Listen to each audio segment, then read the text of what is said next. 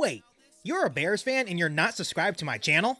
Before this video starts, make sure to 1. Hit the subscribe button below to catch all Bears content right here on this podcast. 2. Hit the bell notification because you, my friend, are a diehard Bears fan.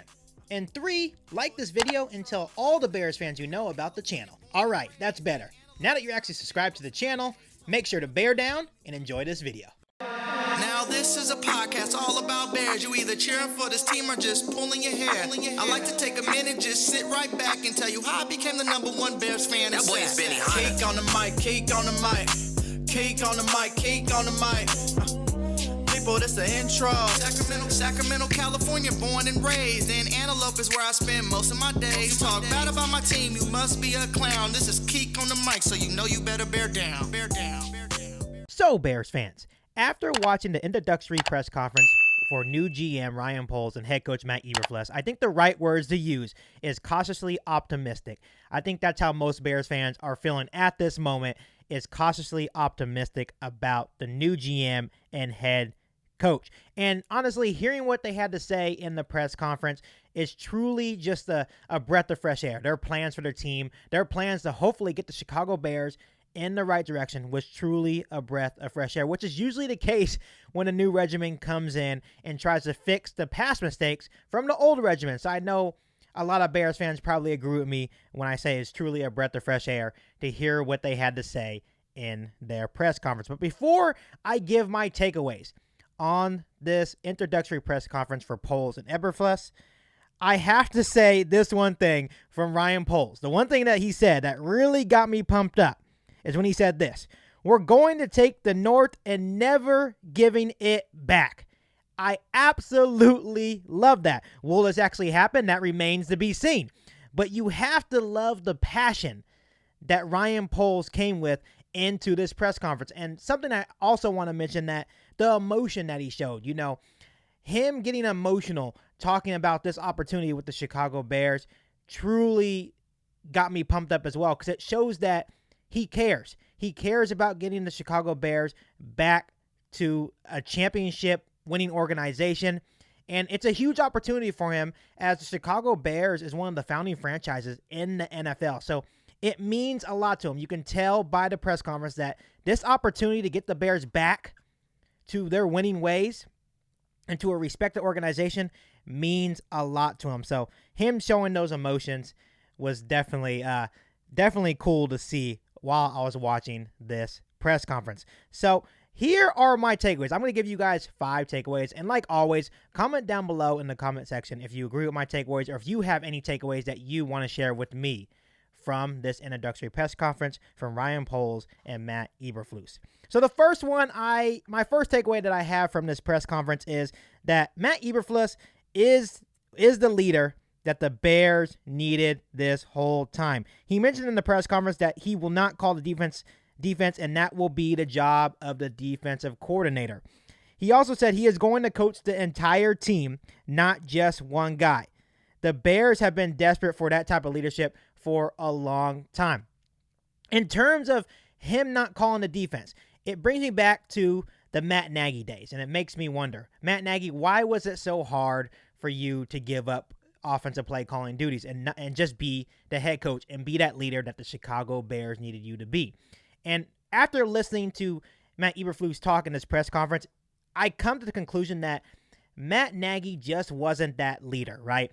And you can just tell that Matt Eberflus is going to bring that discipline to Chicago, bring the discipline to his players, hold his players accountable, and be that leader that these Chicago Bears players on this team need in order for us to get into the right direction. So I really liked a lot of things that Eberflus had to say about the direction of this football team, but I just think you can tell just by the way he talks, he is that guy. He has the leadership capabilities that the Bears have been looking for. Does it work out in Chicago? Like I said, that remains to be seen, but you kind of like that confidence that he gives off just by the words that comes out of his mouth. My second takeaway from this press conference is Ryan Poles, and I think this takeaway was just a little bit funny that I wanted to mention to you guys. Ryan Poles talked to Matt Nagy during the hiring process to get a lay of the land and to find out where he may have messed up. I think this is a big deal. I think it's impressive that Ryan Poles, at his age, knowing the experience that he has and where he came from, an organization within Kansas City where they were successful. By him calling Matt Nagy and saying, hey, Matt, I know we had a connection in Kansas City. Where do you think you messed up? And why do you think you messed up? I think it shows a lot about Ryan Poles and how much he cares about the Chicago Bears organization. Obviously, we don't know what Matt Nagy said. He didn't give us that information. But I think it's kind of cool that Ryan Poles had the whereabouts to call Matt Nagy and say, hey, where do you think you messed up? And maybe he can take Matt Nagy's mistakes and hopefully correct those mistakes and not make those same mistakes that Matt Nagy and Ryan Pace made when they were leading in charge in Chicago. Takeaway number 3, Eberflus's goals for the Bears. He mentioned, we will play at a high tempo, a high effort, attacking physical style built upon speed, quickness, and explosive athletic ability. This team will be disciplined, and I can't stress that enough.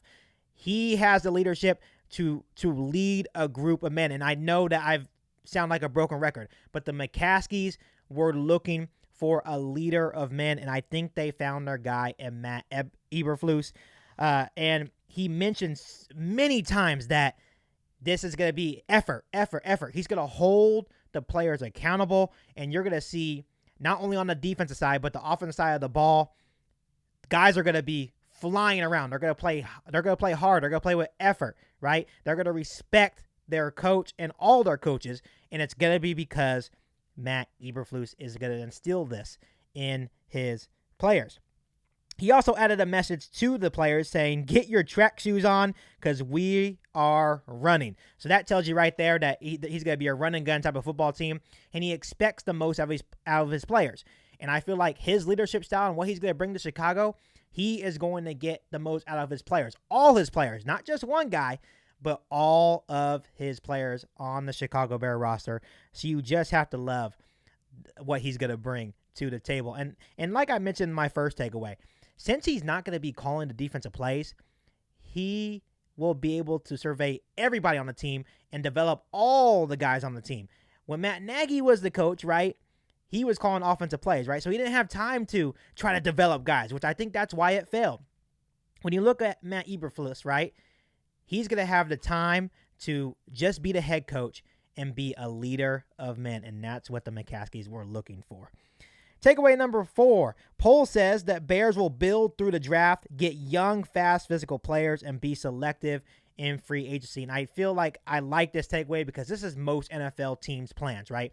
You want to build in the draft, and obviously the Bears don't have a lot of draft capital. He did mention in the press conference that he's going to try to figure out ways to maybe add more draft capital. So he's going to start trying to, figure out different avenues on how he can do that. But I think it's smart that Poles and the Chicago Bears are going to try to build through the draft, try to get some young talent, because Bears fans should agree with me here. We do have an aging team, especially on the defensive side of the football. So I think adding young, fast, physical players, especially on the defensive side of the football, should be a top priority for the Chicago Bears. And like I mentioned, this is most of the time a priority for all NFL franchises. They want to build through the draft and be able to develop those guys that they get from the NFL draft. And my final takeaway, and this was obviously my favorite takeaway, and I know this is what Bears fans have been wondering. What is your plan to develop Justin Fields? What is Matt Eberflus going to do when it comes to developing Justin Fields? Obviously, he already hired Luke Getsy as the new offensive coordinator for the Chicago Bears. So obviously, it will be Luke Getsy's job to put Justin Fields in good situations and develop him into hopefully a really good NFL quarterback. But what the Chicago Bears mentioned, especially Ryan Poles, is that the Bears will play to Justin Fields' strengths and help him improve on his weaknesses. He mentions in his press conference that whatever Justin Fields does good, we are going to do a lot of that. And that's what Bears fans have been wanting to hear. That's like music to our ears, right?